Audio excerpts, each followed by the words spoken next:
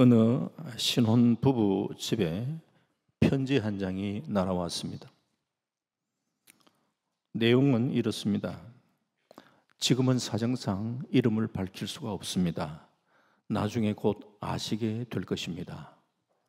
저는 두 분을 잘 알고 있습니다. 여기 연극표 2장을 보냅니다. 꼭 보시고 좋은 시간을 가지시길 바랍니다. 하는 내용입니다. 봉투를 열어보니까 실제적으로 5만 원짜리 연극표가 2장이 들어 있었습니다. 그날 밤 그 부부는 행복하게 연극 구경을 하고 집으로 돌아왔습니다. 그런데 집에 들어와 보니까 집안이 엉망이 되어 있고 폐물이 없어진 것을 알았습니다. 도둑이 침입했던 것입니다. 알고 보니까 그 연극표는 도둑이 보낸 것이었습니다. 이런 일을 당한 것을 보았을 때에 사람들의 반응은 나누어집니다. 신혼 가정인데 안 됐다. 정말 도둑놈 나쁘다. 벼룩의 간을 빼먹지. 그런 놈들은 반드시 잡아서 처벌해야 된다. 하면서 신혼 부부를 동정해 주는 사람이 있는가 하면은 한편으로는 요즘 세상이 어떤 세상인데 알아보지도 않고 공짜표 준다고 그렇게 떨컹하냐? 공짜 좋아할 때 내가 알아봤다. 세상에 공짜가 어디 있냐? 하면서 비난하는 사람들도 있습니다. 우리 성도님들은 어느 입장에 서실 것 같습니까? 때때로 우리가 어떤 일을 경험할 때에 긍정적인 비판을 할 때가 있고 부정적인 비판을 할 때가 있습니다. 긍정적인 비판은 분별한다 하는 그런 의미도 포함되어 있습니다. 현실을 정확하게 파악하고 분별해서 개인과 공동체를 바로 세워 나갈 수 있습니다. 이처럼 분별한다는 것은 그 동기가 긍정적인 그런 면이 있습니다. 남을 진정 이해해주는 그런 마음도 포함되어 있습니다. 어떤 것을 잘 판단해서 조언해 주는 것은 피차에 유익을 가져다 주고 서로의 친밀한 관계도 유지해 줄 수도 있습니다. 그러나 사람들은 긍정적인 비판보다 부정적인 비판을 할 때가 많습니다. 이 부정적인 비판은 개인과 공동체를 무너뜨리는 일을 합니다. 어떤 비판은 사단 마귀가 잘 이용합니다. 사람과의 관계를 깨뜨리고 공동체를 파괴하는 그런 역할을 합니다. 그래서 성경은 이런 비판은 하지 말라고 가르치고 있습니다. 우리가 잘 아는 마태복음 7장 1절과 2절 말씀에 이렇게 얘기합니다. 비판을 받지 아니하려거든 비판하지 말라. 너희가 비판하는 그 비판으로 너희가 비판을 받을 것이요 너희가 헤아리는 그 헤아림으로 너희가 헤아림을 받을 것이니라 말씀합니다. 성경은 이렇게 가르치고 있지만 이 가르침대로 우리는 살지 못하고 끊임없이 우리는 비판하는 일을 많이 합니다.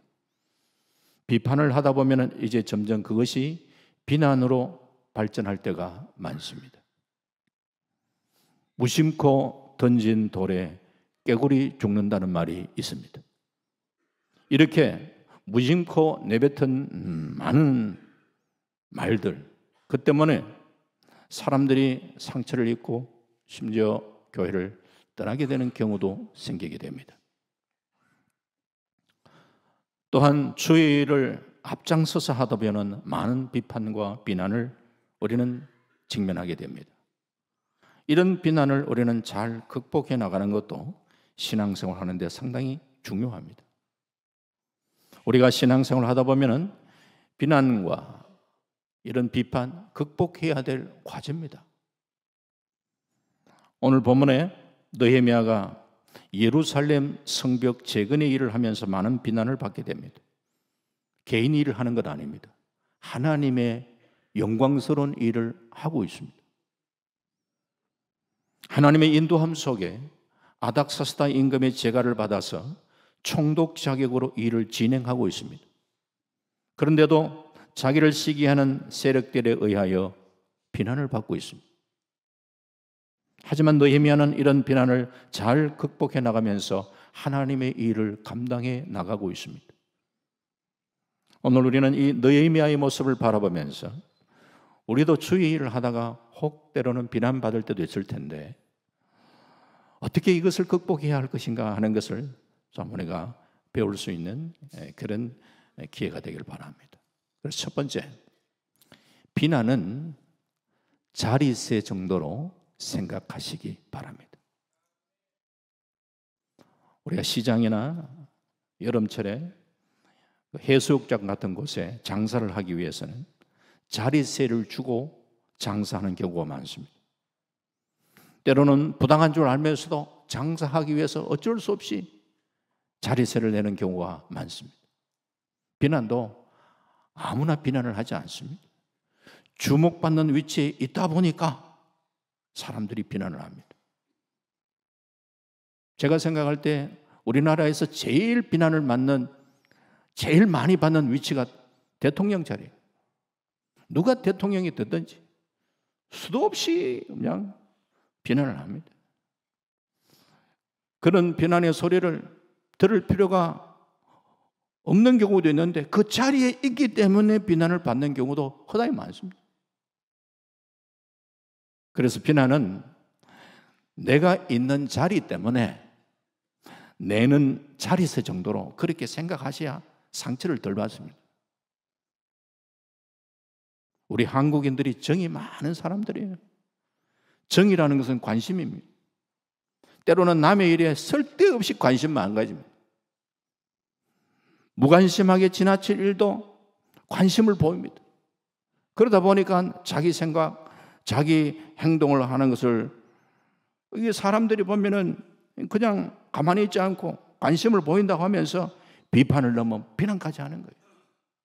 서양 사람들은 남의 일에 그러니까 관심을 가지지 않습니다. 그러다 보니까 이기적인 면도 있지만 또 한편 돌아보면은 우리가 너무 지나치게 다른 사람 일에 간섭을 많이 해요. 느헤미야는 페르시아의 아닥사스다 임금의 술관원이었어요. 유대인으로서 이방 나라에 가서 정말 출세한 사람입니다. 무슨 술관원이 무슨 출세냐라고 얘기할지 몰라도 아마 이미 더 많이 들으셨을 거예요. 이 술관은 당시의 왕들은요 늘 독살의 위험을 안고 있기 때문에 술관원은 왕이 먹는 음식과 음료를 사전에 검사하는 그런 임무를 담당하고 있습니다.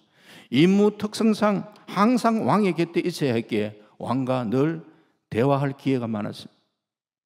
왕은 중요한 일이나 개인적인 그런 문제들을 이 술관원에게 조언을 구하는 그런 경우가 많기 때문에 술관원도 아주 지혜롭고 그리고 인품이 있고 외모까지 나름대로는 어느 정도 출중하다 하는 사람을 뽑아서 그 자리에 세우는 거예요. 요직 중에 요직이. 그런데 어느 날 이 느헤미야가 동생 하나니라는 사람을 통하여 자기 동족이 지금 어떤 어려운 처지에 있는가 동족의 소식을 듣게 되는 것이죠.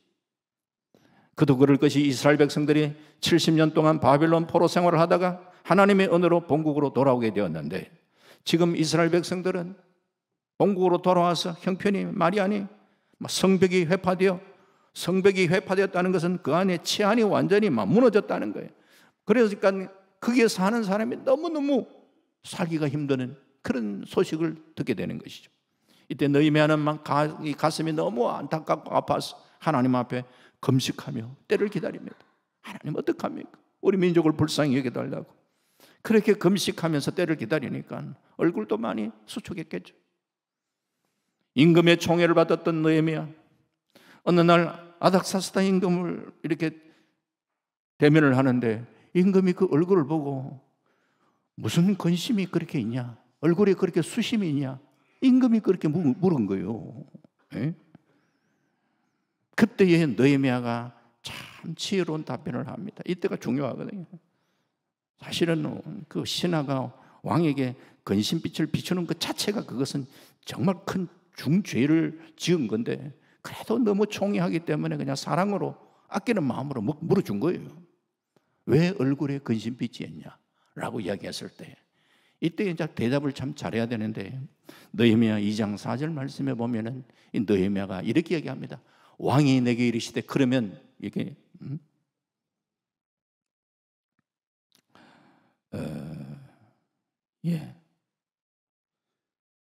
왕이 내게 이르시되 그러면 내게 무엇을 원하느냐 하시기로 내가 곧 하늘이 하나님께 묵다하고 이라고 얘기를 하는데, 이때에 좀 전에 네가 왜 근심이 있느냐라고 이야기했을 때에 느헤미야가 답변했던 답변은 어떤 답변이냐 하면은, 내 조상의 묘실이 있는 그 성읍이 황폐되어 있습니다.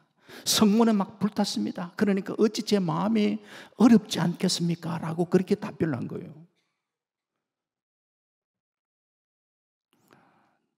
이 페르시아도 조상의 성읍을 아주 소중하게 여기는 문화가 있습니다.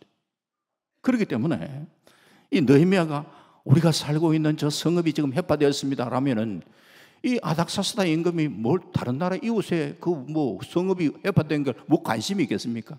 그런데 자기가 아끼는 신하, 그런데 그 조상의 묘실이 지금 현재 회파되었다 그러니까 그래? 그러니까 좀 전에 이제 성경 구절 나왔습니다만은, 왕이 그러면 내가 무엇을 원하느냐? 네 뭘 원하느냐라고 그렇게 얘기를 하는 거죠. 이때에 내가 곧 하늘의 하나님께 묵도하고,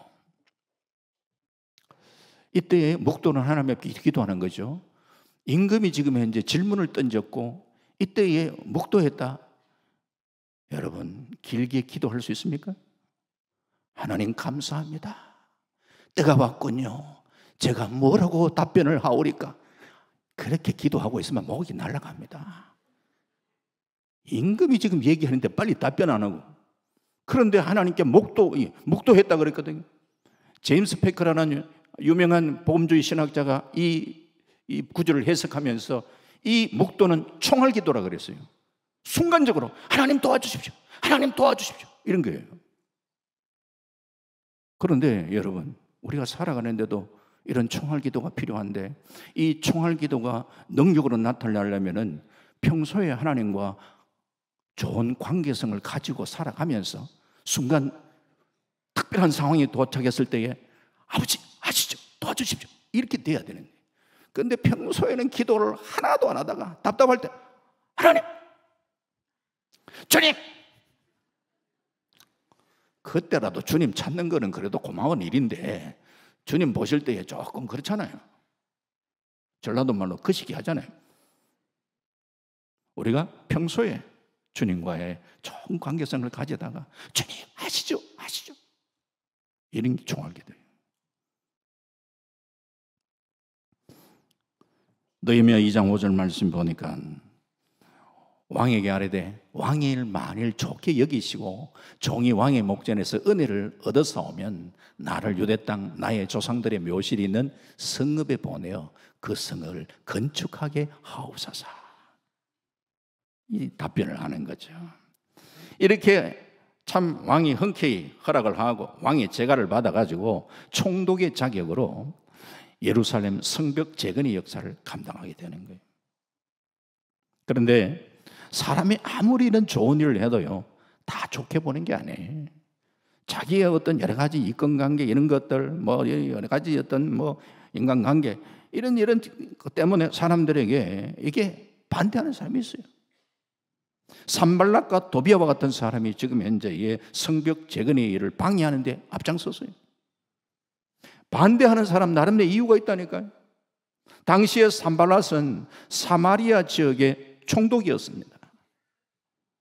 유대 역사학자 요세푸스에 의하면은 그리심산에 있는 사마리아 성전은 이 산발랏에 의해서 건립되었고, 이 성전의 대제사장으로 자기 사위를 세웠다라고 합니다. 역사적으로 얼마나 확실한지는 모르지만 그래도 요세푸스가 상당한 그런 역사학자인데 나름대로 근거를 두고 얘기했지 않겠냐 생각하지만, 어쨌든지 간에 확실한 것은 사마리아를 다스리고 있는 산발랏은 무너져 있는 예루살렘 성벽이 재건되는 것, 그거는 좋게 여기지 않았다는 것은 확실한 거예요. 자기한테 좋은 게 별로 없어요. 만약에 예루살렘 성벽이 재건되면 자기 영향력이 줄어드는 거예요. 그렇기 때문에 성벽, 예루살렘 성벽 재건을 하는 그걸 원하지 않은 거예요. 그런데 어느 날 느헤미야가 주축이 되어가지고 이스라엘 백성들이 무너진 그 예루살렘 성벽을 재건한다 그런 말을 듣게 되는 거예요. 야, 걱정했던 일이 벌어지는 거죠.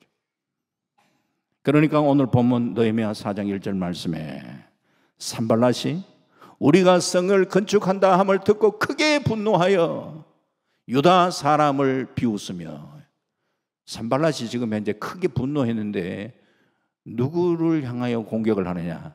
느헤미야를 직접 공격하지 않았습니다. 왜? 느헤미야는 왕의 제가를 받아서 총독 자격으로 그 일을 하는데, 느헤미야를 직접 비난한다면 이것은 왕에 대한 반역이 됩니다. 그렇기 때문에 느헤미야가 직접적으로, 이 산발랏은 느헤미야를 직접적으로 그렇게 공격을 한 것이 아니고 유다 사람들을 비웃습니다. 함께 일하는 사람들을 비웃어서 그들이 힘 빠지게 해서 일 못하도록 하는 거예요. 이게 사단마귀의 공격이잖아요. 고대 도시의 성벽은 단순한 물리적 경계를 넘어서 그 성읍 자체를 상징한다고 얘기할 수 있습니다. 왜냐하면 성 주위를 돌고 있는 이 성벽이 그 안에 머물고 있는 사람들을 보호해주는 역할을 하는데, 이 성벽이 회파되었다 그러면은요, 이게 뭐 완전히 도덕도 왔다 갔다 하면서 치안이 이게 제대로 이루어지지 않는 거예요. 그래서 성벽을 재건한다라는 것은 예루살렘 도시의 회복, 국가적인 재건, 이런 의미까지 가져오는 일이에요. 이 얘기를 들은 산발랏은 크게 당황을 하는, 당황 이상으로 크게 분노하고 이스라엘 사람들을 막 비난하는데, 오늘 비난의 내용이 느헤미야 4장 2절 말씀이 이렇게 얘기합니다. 자기 형제들과 사마리아 군대 앞에서 일러 말하되, 이 미약한 유대 사람들이 하는 일이 무엇인가? 스스로 견고하게 하려는가? 제사를 드리려는가? 하루의 일을 마치려는가? 불탄 돌을 흙 무더기에 다시 일으키려고 하는가? 뭐 등등의 막 비난을 합니다. 제사 드리려고 하는가? 이 말은 하나님께 예배드리면 하나님은 성벽을 세워줄 줄 아냐? 하루의 일을 마치려느냐? 성벽이 뭐 하루아침에 뭐 다 재건되는 줄 아느냐? 그거 실패한다. 헛수고하지 마라. 이런 얘기지. 불탄 돌을 흙 무더기에서 다시 일으키려느냐? 저주받은 돌로 성벽 쌓는 일을 한다고 비웃고 있는 거죠. 그게 무슨 말이냐? 고대 근동에는 보면은 전쟁하다가 보면은 막 불에 탄 거스른 이런 어떤 검게 타버린 그런 돌들이 많잖아요. 그런 돌을 가지고 뭐 성을 짓고 뭐 이렇게 하는데 사용하면은 이거 저주받은 돌을 가지고 한다고 하면서, 그거는 사람이 사용을 잘 하지 않는 거예요. 그런데 그런 걸 사용해 가지고 건축한다고? 이스라엘 사람들은 성벽 건축에 필요한 지금 석재를 구하기가 지금 어려운 상황이에요. 뭘 가지고라도 어쨌든 성벽을 지금 쌓아야 되는 그런 상황인데, 이런 상황을 잘 알고 있던 그 산발랏이 너희가 어디서 돌 구하려고 한단 말인가 하면서 이런저런 비난을 쏟아붓고 있는 거예요. 그러자 이 산발랏 종 도비아가 느헤미야 오늘 4장 3절에 또 이렇게 합니다. 옆에서 거듭니다. 암몬 사람 도비아는 곁에 있다가 이르되, 그들이 건축하는 돌 성벽은 여호가 올라가도 곧 무너지리다. 그 건축 돌 성벽 그렇게 건축해 가지고는 여호가 올라가도 무너질 거다. 쌓아봤자 소용없다, 그런 얘기예요. 바사왕의 허락을 받고 온 느헤미야를 공격하는 것, 바사에 대한 그런 도발이고 왕권에 대한 그런 도전이라 생각하겠고, 그렇게 공격하지 못하고 가자 백성들을 향하여 비웃고 조롱하고 그러면서 스스로 아이고 힘 빠져가지고 공사 못하기만. 우리를 대적하는 세력도 이와 비슷할 수 있습니다. 세상 사람들이나 언론들이 교회에 대해서 막 호의적인 태도를 보이지 않고 있습니다. 이미 우리가 느끼고 있잖아요. 하지만 이들이 직접적으로 막 우리 신앙생활을 하지 못하게 뭐 그렇게 하고 있지 않습니다. 그러면 내가 신앙생활 하다가 혹 신앙을 뭐 중단한다 그럴 때는 그런 어떤 매스컴의 어떤 영향력 때문에 아이고 내가 교회에 나가면 못 가겠다 이런 경우 거의 없습니다.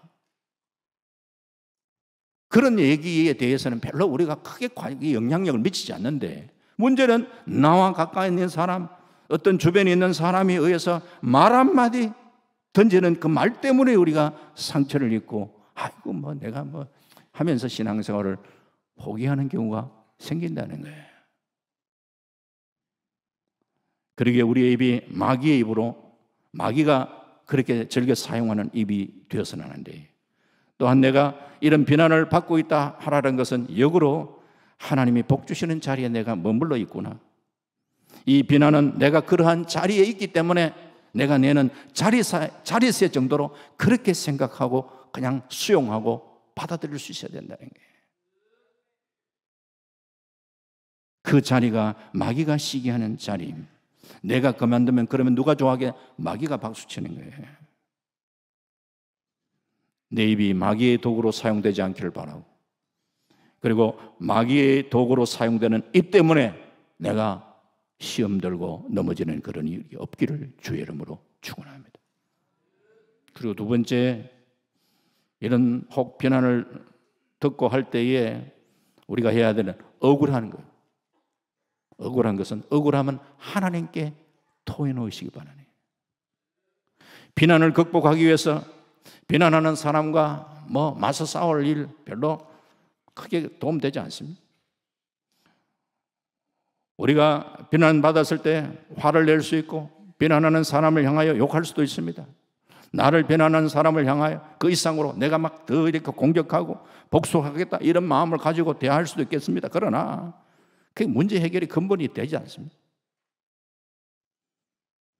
아이고 한번 따져보자. 삼자 대면하고 그게 크게 문제의 근본 해결점 찾기가 어렵습니다.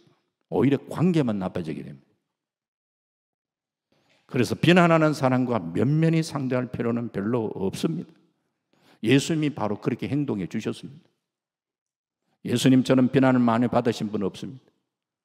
귀신 들렸다 하는 오해도 받고, 예수님 없을 때는 그냥 수군수군하는 사람이 얼마나 많습니까? 면전 앞에서도 보면 많은 사람들이 질문하는 그 질문도 어떻게 넘어뜨리려고 질문하는, 비난하는 사람들 얼마나 많습니까?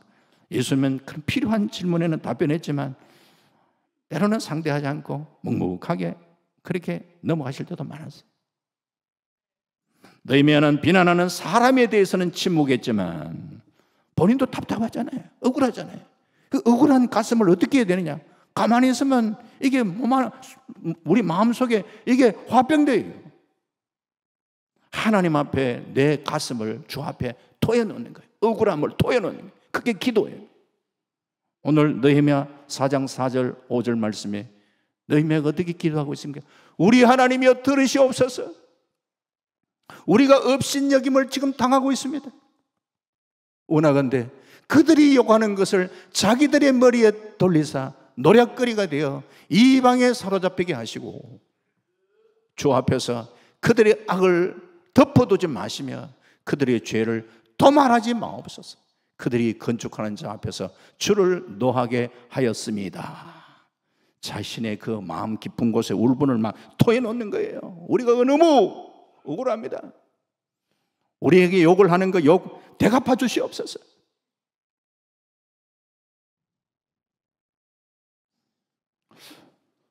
하나님 못 본 채 하지 마옵소서.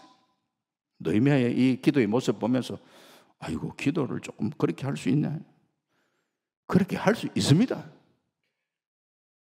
아이고, 성경에 원수를 축복하고 기도하고 저주하지 말라고 했지 않냐? 그런 말씀도 있지만서도 그게 처음부터 그렇게 축복이 막 나오는 게 아니라니까요. 하지만 우리가 이렇게 억울할 때 내 심정을 토해놓고 하나님 그 사람 좀 손 봐주십시오 막 그런 기도를 드렸다고 하나님이 책망하신 적 없어요. 기도를 응답하시는 분은 하나님이시죠.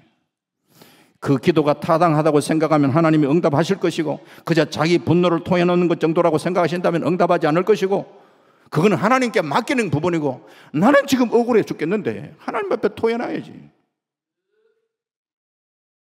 중요한 것은 우리 있는 모습 그대로 하나님 앞에 호소하는 거예요. 그럴 때 하나님은 네가 기도를 그렇게 하냐? 라고 하지 않고 우리의 억울함, 내 상처받는 마음, 속상해하는 것, 이거 다 하시고 우리를 품으시면서, 우리가 주 앞에 그렇게 기도할 때 눈물도 막 솟지 않겠습니까? 우리의 눈물을 닦아주시는 분, 우리의 마음을 위로해 주시는 분, 우리의 마음을 만져주시는 분이 우리 하나님이신 줄 믿습니다.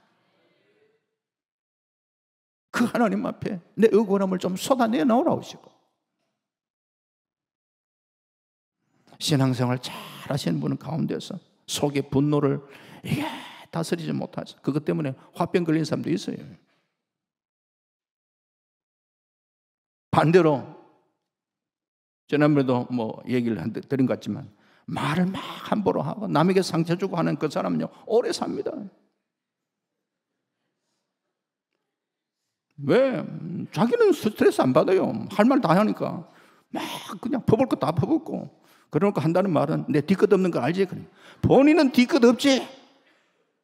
그 말 듣고 사람은 지금 상처받아가지고 지금 엎어지고 넘어지고 하는데 내 뒤끝 없다 그러는 거야. 본인이야 뒤끝 없지. 그래서 뒤끝 없기 때문에 그분은 오래 산다니까. 그런데 그 말 듣고 그냥 끙끙하는 사람, 특히 그냥 착한 사람들, 그냥 이렇게 아주 순한 사람들, 누구한테 싫은 소리 잘 못하는 사람들, 이런 사람이 한 소리 듣고 나면 그걸 막 그냥 퍼붓지를 못하고 끙끙끙끙 앓다가 속에서 화병 된다니까. 그러면 내한테 싫은 소리 한 사람은 오래 살고 한마디 듣고 그냥 억울한 사람은 빨리 죽고 그러면 안 되잖아. 그럼 어떻게 해야 되냐? 내 답답한 것을 하나님 앞에 토해놓아야 된다니까. 하나님, 아니 저 사람 저거 좀 어떻게, 아니 내가 이렇게 억울합니다 하면서 주 앞에 토해놓는 거야.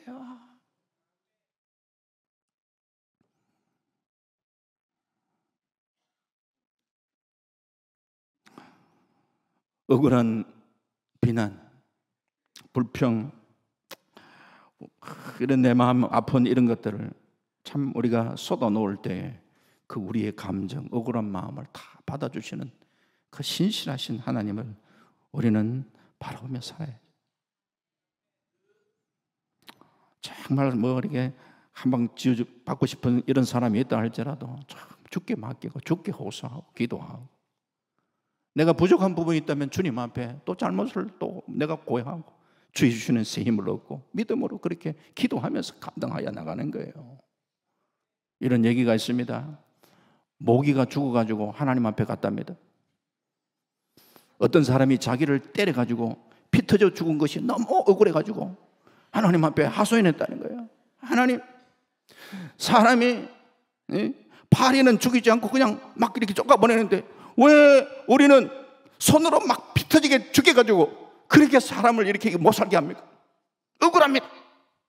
그럼 하나님 앞에 막 호소했더니만 하나님이 하시는 말씀이, 야, 파리는 때리려고 그러면은 싹싹 빌잖아.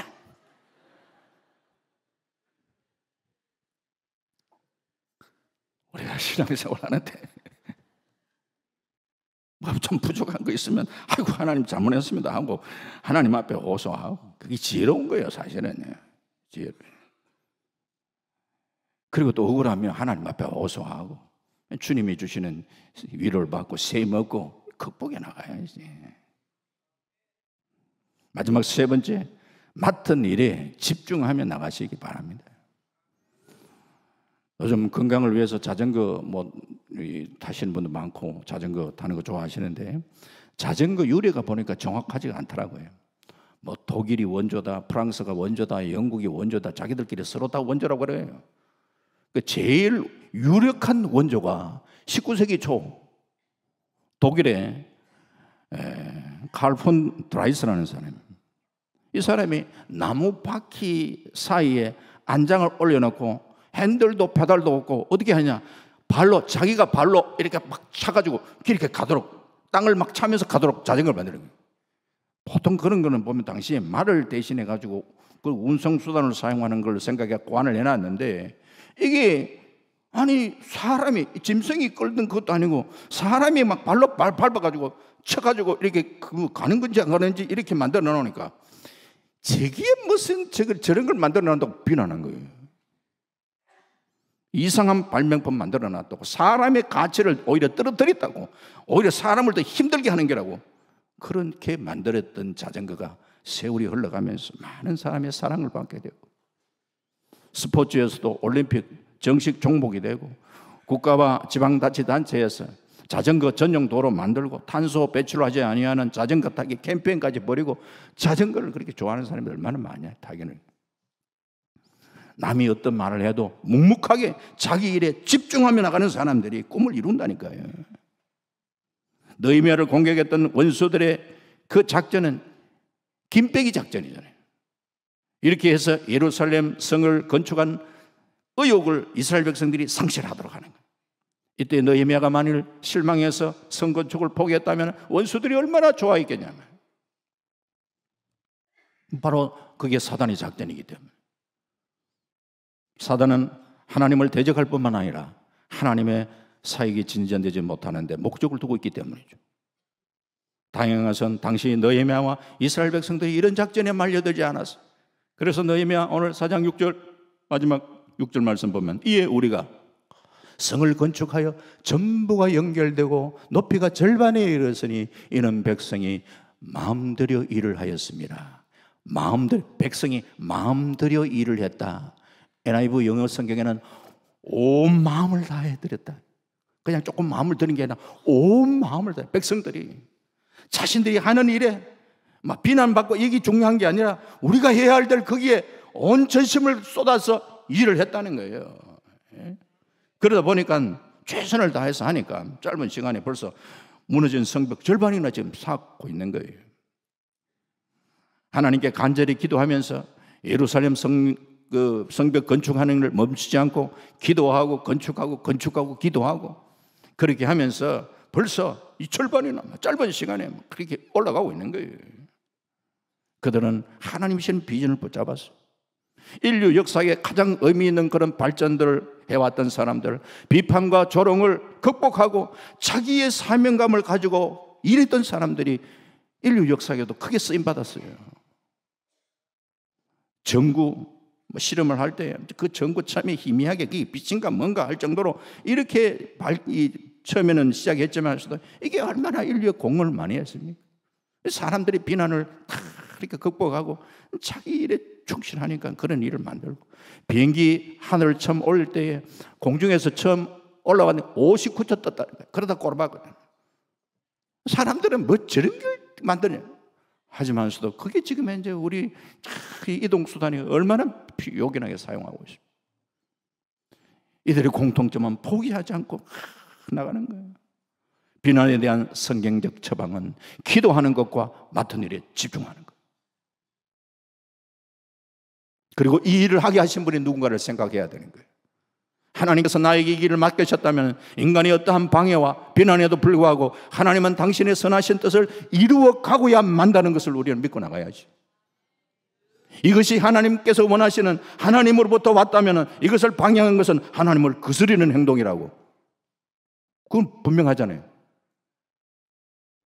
그러니까 이것이 하나님께서 주셨던 사명임을 우리는 안다면 이거 붙들고 힘차게 나가야 되는 거예요. 좀 전에도 이야기했지만서도 우리 예수님 정말 비난을 많이 받았습니다. 세리와 죄인의 친구라고, 백성들을 미혹하게 하는 자라고, 율법 파괴자라고, 신을 모독하는 자라고, 자칭 유대인의 왕이라고, 자칭 그리스도라고, 성전을 헐고 3일 만에 짓는 자라고, 이런 여러 비난을 묵묵하게 감당하시면서 주님은 이 땅에 십자가 지시러 오셔서 당신이 십자가 지시고 그리고 자신의 영혼을 하나님께 맡기면서 마지막 다 이루었다 말씀하신, 다 이루시고 가시는, 그게 우리 주님의 모습입니다. 한때 촉망받던 한 피아노 연주자의 얘기를 소개하고 말씀을 맺겠습니다. 그녀는 7살에 세계적인 피아니스트의 연주를 듣고 크게 감명을 받고 피아노를 치기 시작했습니다. 한창 피아노 연습을 하던 어느 날 그 피아니스트가 제자를 구한다 하는 소식을 듣고 오디션에 임했습니다. 스스로 만족스러운 그런 연주를 했다고 생각하는데, 그런데 그 피아니스트가 아주 충격적인 얘기를 합니다. 내가 볼 때 당신은 피아니스트로 성공하기가 걸렸습니다. 엄청난 충격을 받고 피아노를 즉시 그만뒀습니다. 그 후에 평범한 중년 여인으로 살아가던 어느 날 마침 그녀가 살고 있는 도시에 그 세계적인 피아니스트가 연주회가 열린다 그 소식을 듣고 그 연주회에 갔습니다. 연주회의 그 목적이라기보다도 연주에 참여해서 그 피아니스트한테 한번 따지고 싶어서 연주회에 갔다. 연주회가 끝난 후에 그 피아니스트를 만나서 얘기를 합니다.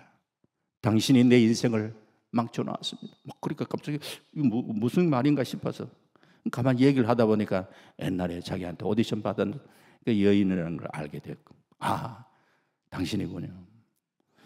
그때의 연주가 너무 인상이 깊어서 내가 오랫동안 기억을 하고 있습니다 라고 이야기를 한 거예요. 당신의 연주는 정말 뛰어났습니다 라고 이야기하는 거예요. 아니, 당신은 그때 내한테 피아니스트로 성공하기 어렵다고 그랬잖아. 그래서 나는 그 말 듣고 모든 걸 내려놨지 않냐. 당신이 내 인생을 망쳤다고 이야기하니까 그 세계적인 피아니스트가 이런 말을 하는 거예요. 나는 피아노 배우러 오는 사람한테 모든 사람에게 똑같이 그 말을 한다 하는 거예요.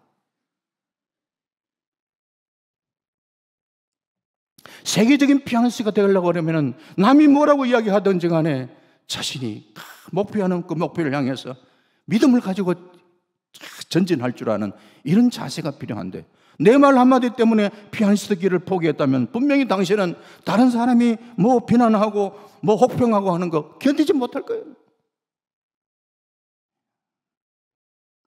당신의 인생을 망친 것은 내가 아니라 그때 당시 당신의 그 나약한 결단이 그렇게 한 것이라고. 사람이 어떤 일을 하다 보면 본의 아니게 욕을 먹고 비난을 들을 수도 있습니다. 만약 의도적으로 나쁜 일을 했으면 비난받아 마땅하겠죠. 그러나 의도하지 않은 일이나 실수로 벌어진 일에 대하여 비난을 받는다면 참 견디기가 쉽지 않습니다. 그래도 그런 비난하는 사람과 맞서는 것은 지롭지 못합니다. 억울하게 비난을 받을 때에 비난하는 사람과 맞서 싸우기보다 내가 이만한 위치에 있기 때문에 감당해야 될 자리세다, 대가집을 한다 생각하시기 바랍니다. 억울하게 비난을 받을 때에 사랑과 은혜가 풍성하신 하나님 앞에 기도하며 자신의 마음을 쏟아내십시오. 억울하게 비난을 받을 때에 하나님이 나에게 주신 사명이 뭔가, 그 사명 다시 견고하게 붙들고 끝까지 물러가지 않고 승리하며 나아갈 수 있는 저와 여러분 되시기를 주의 이름으로 축원합니다. 아멘. 아버지 하나님 감사합니다. 신앙생활 하다 보면은 때때로 이런저런 비난에 직면할 때도 있습니다.